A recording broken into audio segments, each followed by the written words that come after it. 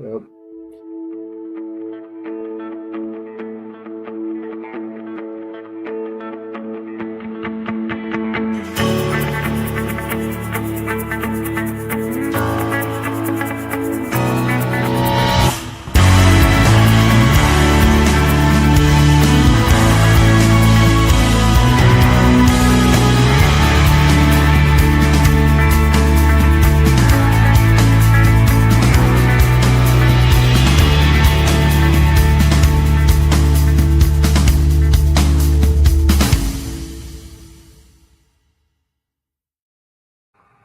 Hey y'all, welcome to Book World: The Great Escape. I'm author CJ Peterson. My co-host over here is author Michael Scott Clifton.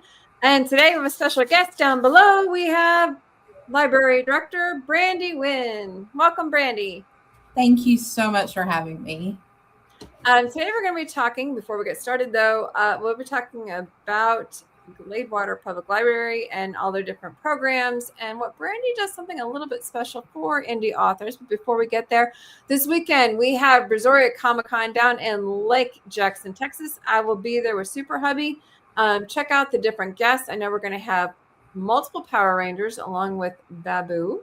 I know we're going to have Vic McNania will be there, and I know that we're going to have Scream, the guy who was one of the second guys from Scream. So make sure to check out all those guests. You can find out more at BrazoriaComicCon.com. Check that out. I will be running around. I will have the M3 tags, so don't miss it. BrazoriaComicCon.com. Saturday and Sunday we will be bringing a little puppy there with us as well, so make sure to check us out. I will be that streak running across the floor, as I always am, running the floor. So check it out, BrazoriaComicCon.com, Saturday and Sunday down Lake Jackson, Texas, at Lake Jackson Civic Center. Don't miss it. Okay, Brandy. Welcome. Thank you.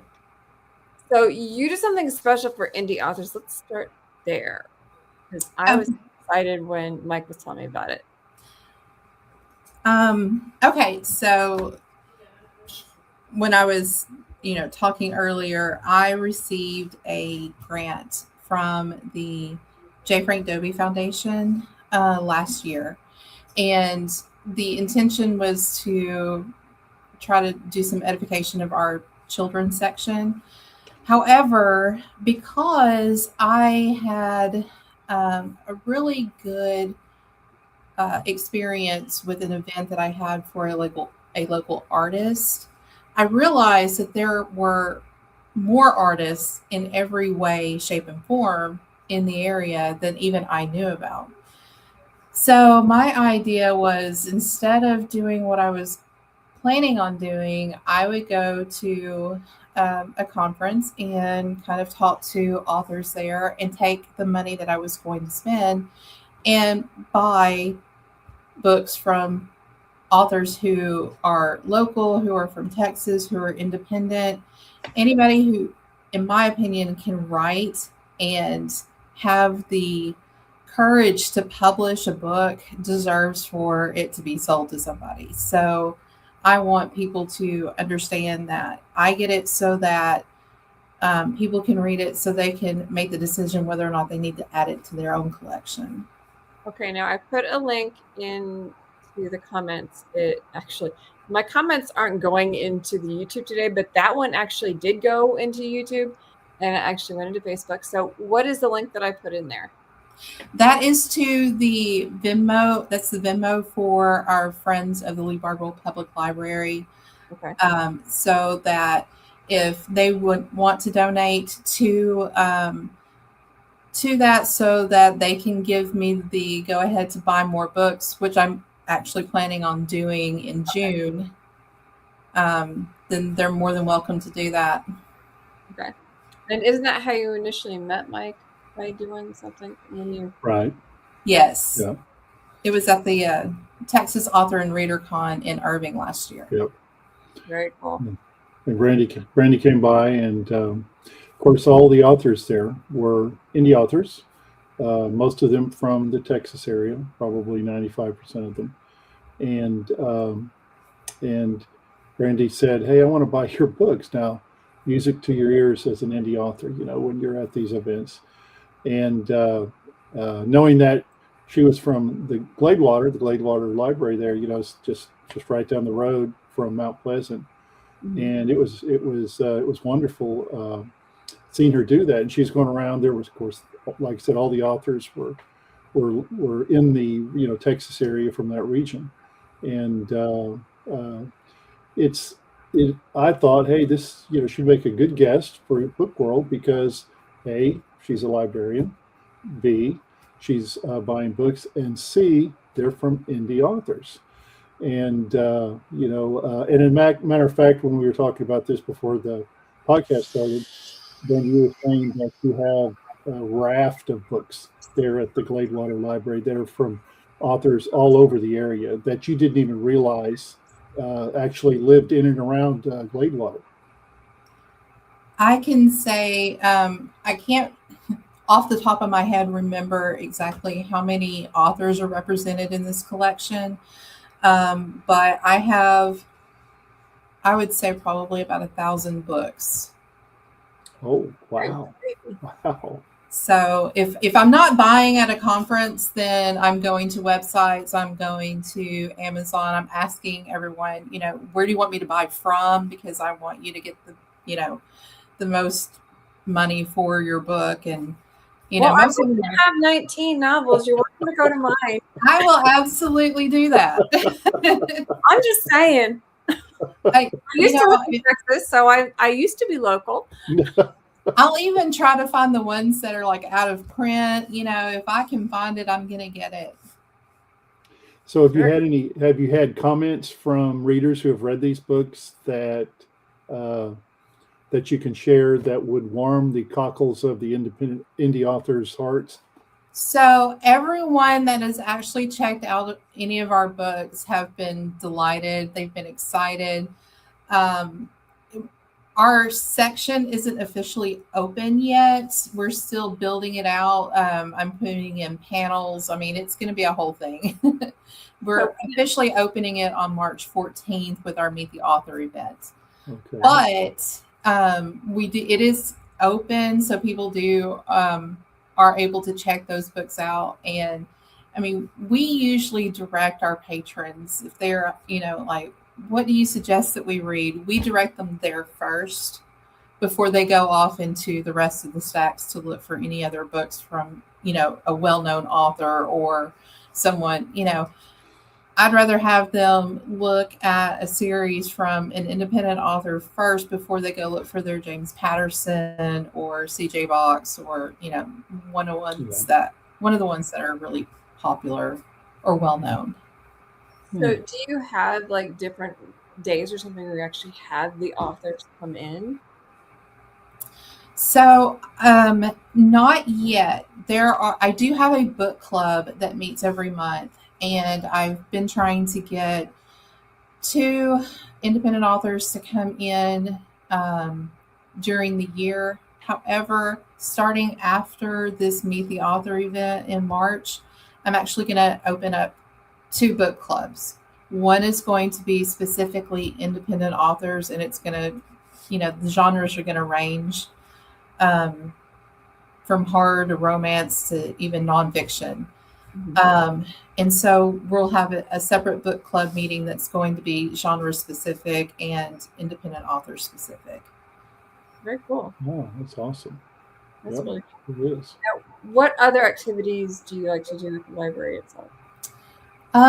So we have a monthly kids night, a monthly parents night. We have a crochet club that we have that meets every other Tuesday, and that's a lot of fun because we have a whole lot of women coming in and they just sit there and they commune and cackle, and it's amazing. It's so much fun. You get to hear a lot of gossip that way. We have our book club. We have a community garden in the spring and summer. We have a seed library that, is available. During the summer, we have summer reading. We have a Harry Potter day. So our summer reading is always a lot of fun because we do We open it with a water balloon fight, and we close it with a water balloon fight with the fire department. So, they bring out the grass truck and spray the kids with the big water hose. And that's always a lot of fun too. But we do, little different events throughout. And sometimes it just depends on what national day it is, because sometimes we'll have, National Ice Cream Day coming up. And so I'll look at the calendar and I'm like, okay, well, let's make homemade ice cream in little bags. So we teach kids how to make ice cream. And that's always, really fun. They get to mess things up and get things sticky. And we do a lot of some STEM events here and there, but mostly it's just trying to come up with something different to get people in, because for me, this is a community center. It's not necessarily just a library. So I know, of course, I think I already know the answer. I was a public educator for 38 years. Reading is the foundation of learning. There are other subjects like math and science, but the foundation of all that starts and actually ends with reading and the comprehension of reading. So I pretty much already know the answer to this question, but what do you, as a library director, what do you think the main function and goal of a library either is or should be? So reading, yes, is the most important part of it. But I've told people also, I don't have this building open as just a repository for books. I want something that people can come in, they can pull down a book, they have ideas. It's something that will create a sense of community maybe, or a sense of importance within themselves. We have a safe place here. I want a safe place, not just for, the physical person that you are, but also the emotional and the mental person that you are. And, for me, getting away through books is part of that emotional and that mental stability that I need. And part of all of that is wanting to share that and making sure that people who need that are able to get it. I remember growing up, we used to do things like movie nights and days, like through the summers, and we would do, things like the headphones with the, ding, turn the page, and it would read to you and stuff like that. Do they still have stuff like that as well? We do not, and there is a reason for that. It's so in 2021, during the winter storm here, we had a huge water leak, and it flooded the entire library. And I would say probably a quarter of the library books were destroyed. Oh my goodness. So, yeah. And then the library director who was here at the time got sick during the time that they decided they were going to remodel, because it almost didn't happen. It almost was just closed down. But the owner of the local newspaper became part of Friends, and she actually went to the city manager and the mayor, and she was like, "You are not going to close that library. I will get the money. I will find the money. We will rebuild." So her name was Suzanne Bardwell, and unfortunately she died in a car accident before we could reopen. Wow. And so, but that's part of the reason why we are the Lee-Bardwell Public Library. So, it almost didn't happen, and almost didn't continue on. And I really did forget where I was going with that. Well, I can see that it's kind of an emotional thing, library losing third of the books almost having to shut down, and then having a white knight, so to speak, show up and help, rescue the library. And, Yes, but part of the reason why we didn't have all the other stuff, now that you refresh my memory on that, all of that was lost as well. Some of the electronics were lost, some of that. However, we do still have movie nights where,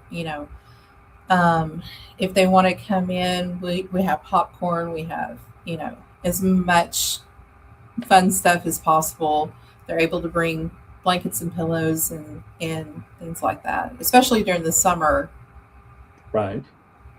So going back to my public educator kind of background, what is your feelings about comics and graphic novels being offered in libraries as opposed to, quote, regular books? We have a large manga section, Okay. and graphic novels.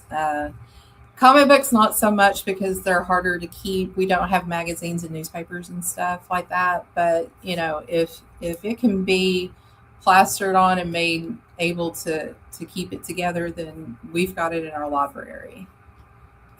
It's important to me that kids and adults even read anything, and if that's what's going to get them to read, then that's what we're going to have. That's right. So back to the loss. Are you slowly building what was lost? Yes, and I've actually been able to weed some of the older books. I like to kind of joke about it, but we had a book on how to troubleshoot your Pentium 3 processor. It was this thick. And so I was like, well, I'm going to make this new section with all of these local and independent authors. So I'm going to need room. So, I built up for the last 2 years, more books, more new releases. And so I was looking at our nonfiction section. I was like, even though, my heart is with history, something written in the 1920s, even some things, they don't necessarily have historic value anymore. Right. And I'm a public librarian. I don't need those things in my library anyway. That's not the point of a public library. So I was able to get rid of quite a few things. I think I weeded over 3,000 books just to make room. And I mean, I don't need a scientific discovery book on, space and time that was written in the 1980s. That's not relevant today. A lot of the, what you need to know about your autistic child, those books, there are other books coming out that have more progressive terminology, more progressive medical advancements that are coming out that definitely are obsolete. Were obsolete. So you're weeding out the obsolete books to make room for the new ones.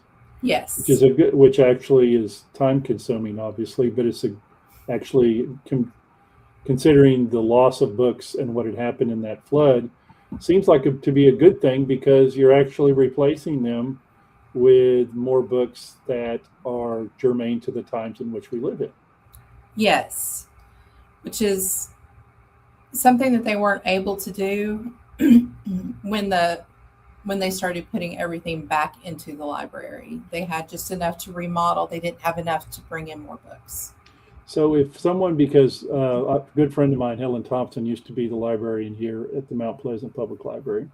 So if someone wants to donate a trove of books, going back to your, we really don't want to replace old books with old books, so to speak. What is the process by someone, if someone wanted to donate books that you actually, what do I say, that actually you could use, okay? Do they just show up to the library and say, hey, we'd like to donate these books? Is there a process, or how does that work? As much as I would like to say that doesn't happen, that they just show up, it happens all the time. And at this point, I'm not taking any donated books unless they were bought, published within the last 5 years. And even then, they can't have, certain things like they can't have mold on them. They can't have little critters crawling on them. And you would be surprised how many we get that are like that. And honestly, I really will only take fiction. The nonfiction books that we usually get in, somebody wants to donate, are like physicians' desk references. We can't use those. Yes. And those are old, and I don't know why anyone would have them. I don't understand, but if that's what they're into, that's fine. There are some nonfiction books that I'll take. I'm probably not going to take a devotional that has, writing in the margins. And a lot of them usually have that where they actually have lines for you to write whatever. And, I'm not going to take something like that. But a fiction, and I actually prefer that they take those books to our little free libraries around town. And we have 3 of them here in the city. And if they can't get to the little free libraries, then we'll take those books there for them. Like we'll take them in and then take them to those local libraries. I wondered about that because Gladewater is kind of the antique capital of East Texas, and I'm sure a lot of really old books might find their way to your doorstep if you'd allow it. I don't allow it. And it, like I said, so I have a background in history. I'm a historian as well. Mm-hmm. And so, it hurts my heart sometimes to say no, but I know that my mission here at the library is not about that. But I can make recommendations on where to send them if, depending on the subject matter. So basically you're saying if they open the door and they step in the library and you're 20 or 30 feet away and can already smell the mildew, that, hey, these might not be the ones we want at. No, I'm like, you need to turn around and go back. So you're getting ready to buy more books soon. So the link that we provided will help you to buy more books, correct? Yes. Okay. So if somebody wanted to maybe start a new donation type thing, how do they go about doing that? Can you explain what you meant by that? Like a new donation to? Like if somebody wanted to maybe help you guys start another fund, how would they do that? So you could have another fund to also feed off of. Is that possible? I don't know the answer to that because we're city owned. Oh, okay. Oh, okay, yeah. That's not a thing. Yeah. Well, you're a nonprofit. So we can electronics. That's why I was curious. Yeah, we can have donations come in, check or cash, or if somebody wants to walk in. But as far as anything else goes, because we are city owned and city run, then we have to. Everything goes through our treasurer at the city. Okay. I know that you guys said that you were low on electronics and everything too. So, as far as like, we don't have a, we have plenty of computers. We lost like anything that you could just listen along and read along with. So we have CDs here. If you wanted to listen to a CD, you'd have to bring your own device to do that. But I was thinking more along the lines of, the little headphones that you would wear, and our microfilm reader Oh no. was demolished. But there is a grant for the Portal of Texas History that we received that we're able to ship everything to the University of North Texas, and they're putting it onto their website. So Okay, cool. they're scanning everything. Okay. And I So know you're still able to save some of that stuff. Yes. Okay, cool. we're kind of running out of time, but like most libraries, I'm assuming that you are building up a audio collection of audiobooks. Can you kind of give some insight into that? So we have, I would say, probably about 5 to 600 CDs, audiobooks, books on CD. We don't subscribe to any electronic, Okay. Audible or anything like that. Mainly because we are a small library and it is a budget through the city, and a lot of our patrons, they want to come in and pick up a book and actually look at the book and read it. Okay. So that's why we haven't kind of branched out that way. Although I have, during summer reading, what we do is we have electronic devices that we give away as prizes. So we give 2 Kindles, 2 Amazon Fires, 2 laptops, and then something for the little kids. So we give those out. We do a drawing. The more you read, the more you write me a book review or kind of like a book report, the more times you get your name into the drawing. And depending on what type of book it is and some other parameters, if it's on book lists, if it's a Texas author, if it's a nonfiction book, those will get you 2 times put your name in. So we usually have a very large bucket from all age groups that we draw every, twice at the very end of our summer reading program. That's Awesome. really cool. Those are some very nice prizes. Sure are. We give a little bit here and there depending on, what we're doing. So like Harry Potter Day, we have, the whole shindig. We have Harry Potter food and drink. We have little gifts that we give out. At the beginning of the summer, they get a bag with all of the information that they need in it. Pencils, pens, stickers, just the fun little bookmarks, the stuff that you would normally give out. Some of them get little $10 gift cards from Amazon.